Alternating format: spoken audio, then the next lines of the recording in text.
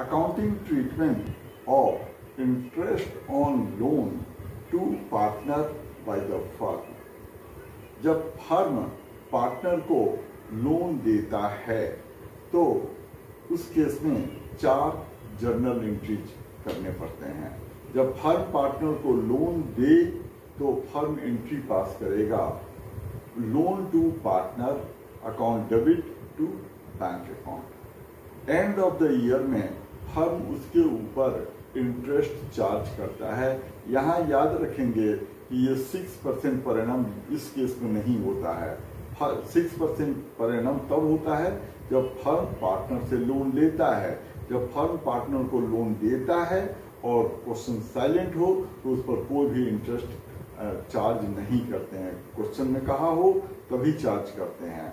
और interest charge करने की एंट्री पर ध्यान देंगे, ये भी बहुत इंपॉर्टेंट है कि जब firm interest on loan to partner charge करता है तो वो एंट्री पास करता है पार्टनर्स कैपिटल और current account debit to interest on loan to partner. याद रखेंगे loan to partner account debit नहीं करेंगे। इस पर एमसीक्यू भी आ सकता है, इस पर सीयूईटी में भी क्वेश्चन आ सकता है कि जब firm interest on loan to partner account को पर चार्ज करता है तो कौन सा अकाउंट डेबिट होता है। याद रखेंगे लोन टू पार्टनर अकाउंट नहीं, पार्टनर्स कैपिटल और करंट अकाउंट।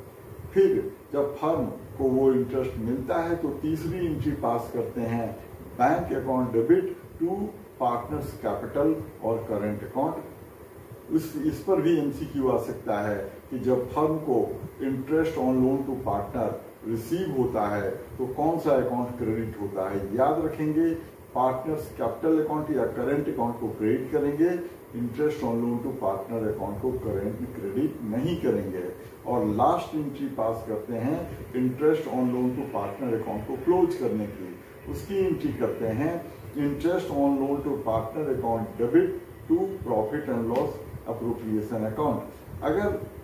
अगर इन टॉपिक्स के ऊपर में स्टूडेंट और डिटेल्ड इंफॉर्मेशन चाहते हैं और डिटेल्ड ट्रीटमेंट चाहते हैं तो वो मुझे बताएं।